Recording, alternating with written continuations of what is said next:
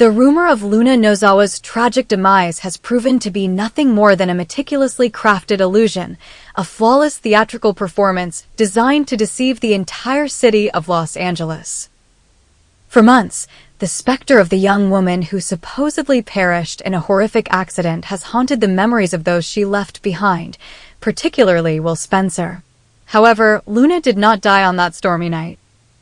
Instead, she retreated into the shadows, nursing a festering, venomous hatred for the elite families who she believes discarded her like worthless collateral damage.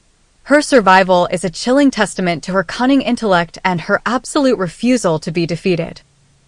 Luna has spent her time in hiding, sharpening her grievances into a lethal weapon, watching from afar as the Forrester and Spencer dynasties continued their petty corporate wars, completely oblivious to the apex predator waiting patiently in the dark. Luna's resentment has crystallized into a singular, burning obsession, the complete and utter destruction of the Forrester family's untouchable legacy. To Luna, no one embodies the suffocating arrogance, the unearned privilege, and the untouchable elite status of the Forrester clan quite like Steffy Forrester Finnegan. Steffy, with her fierce loyalty, her sprawling fashion empire, and her seemingly perfect life, represents everything Luna was denied. Luna views Steffy not just as an adversary, but as the ultimate symbol of the systemic elitism that ruined her own life and drove her to the brink of madness. The decision to target Steffy was not random. It was a highly calculated strike aimed at the very heart of the Forrester matriarchy. Luna wants to tear down the golden idol of Forrester creations and watch the family crumble in the agonizing wake of their beloved daughter's disappearance. The timing of Luna's vicious strike was executed with terrifying precision, taking advantage of Steffy at her absolute most vulnerable moment. Viewers know that Steffy recently fled the romantic shores of Monaco in a state of absolute emotional devastation. After catching Sheila Carter lurking in the shadows and realizing that her husband, John Finnegan, had secretly brokered a pact with his biological mother, Steffy's world shattered. She threw her wedding ring at Finn and boarded a commercial flight back to Los Angeles, drowning her profound trauma and severe PTSD in a haze of alcohol. As Steffy stepped off that plane, she was a broken woman, her defenses entirely lowered by the intoxicating numbness of the liquor and the crushing weight of her marital betrayal. It was in this exact moment of disorienting despair that Luna made her move. The ambush was swift, silent, and ruthlessly efficient. Before Steffy could even process her arrival back in California or seek the safety of the Forrester estate, she was violently snatched from the world she knew. Luna abducted the Forrester co-CEO, dragging her away from the flashing cameras and the luxurious lifestyle, and transporting her to a desolate, remote location. This was the very same desolate hideout where Luna herself had once sought refuge while on the run. This bleak, isolated structure stands in stark contrast to the opulent mansions of Beverly Hills, serving as a grim physical manifestation of Luna's dark, twisted psyche and the grim reality she intends to force Steffy to endure. When Steffy finally regains consciousness, the throbbing ache of her alcohol-induced hangover is immediately eclipsed by a wave of sheer, unadulterated terror. She awakens in a cold, dimly lit room, stripped of her designer clothes, her phone, and her freedom. Standing before her, illuminated by the harsh, flickering light, is the ghost herself, Luna Nozawa. The shock of seeing a dead woman standing flesh and blood before her sends a violent jolt through Steffy's system.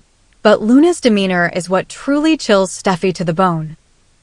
There is no frantic desperation in Luna's eyes, no erratic manic energy.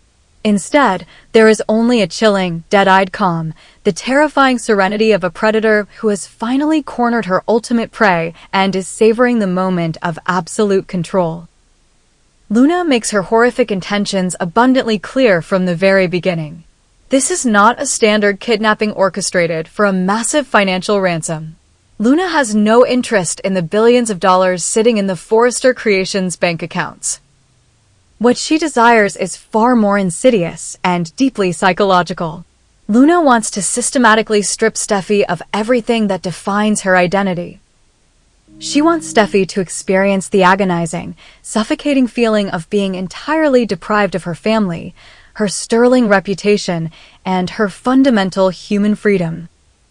Luna intends to break Steffy's spirit, piece by piece, forcing the proud Forrester executive to endure the same profound isolation and despair that Luna felt when her own life spectacularly imploded.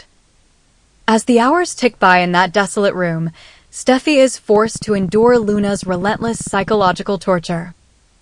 Luna taunts Steffy with vivid descriptions of the chaos unfolding back in Los Angeles, mocking the fragility of the Forrester empire and the pathetic nature of Steffy's shattered marriage to Finn.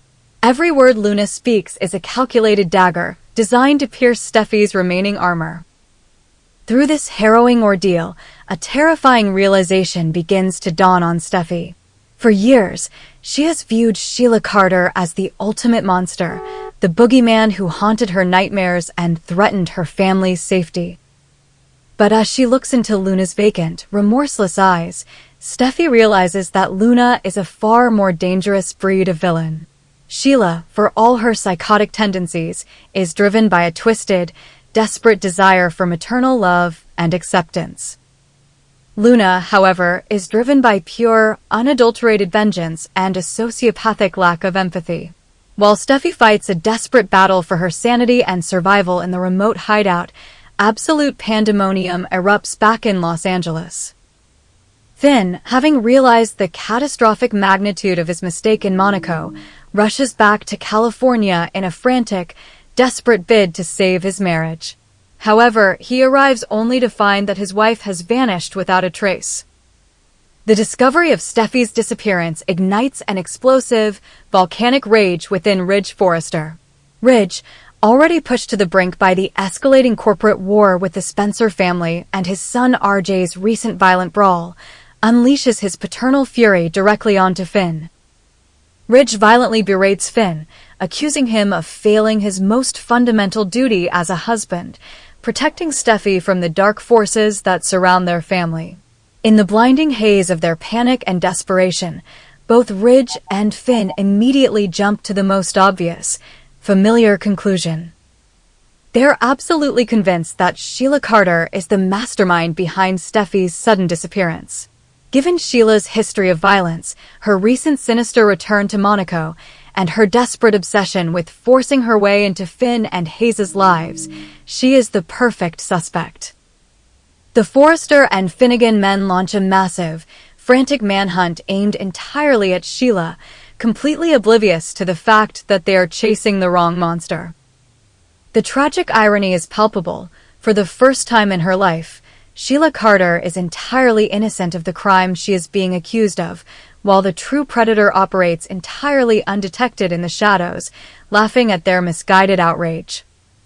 Luna's master plan, however, extends far beyond simply tormenting Steffy and watching the Forresters run in frantic circles. The true crux of her revenge is aimed squarely at the man who she believes ruined her, the man who fathered the child growing inside her, Will Spencer. Will is already spiraling into a dark, destructive abyss. Having lost his relationship with Electra Forrester due to his violent outbursts and corporate deceit, Will has been drowning his sorrows in alcohol and making reckless, impulsive decisions. He is a broken, vulnerable man, making him the perfect target for Luna's ultimate psychological manipulation and the final phase of her devastating revenge plot. The nightmare truly begins for Will when his phone buzzes with a notification from an unknown, encrypted number. Expecting another angry message from his mother, Katie Logan, or perhaps a taunt from his rival, RJ Forrester, Will opens the message. Instead, his blood runs cold as he stares at the screen. It is a live video feed, and staring back at him is the unmistakable, terrifying visage of Luna Nozawa. The shock of seeing his dead ex-girlfriend alive sends Will staggering backward, his drunken haze instantly evaporating into sheer, unadulterated panic. But the horror only deepens as Luna angles the camera to reveal her captive, a battered, exhausted, and terrified Steffy Forrester Finnegan, bound and trapped in the dim, concrete room.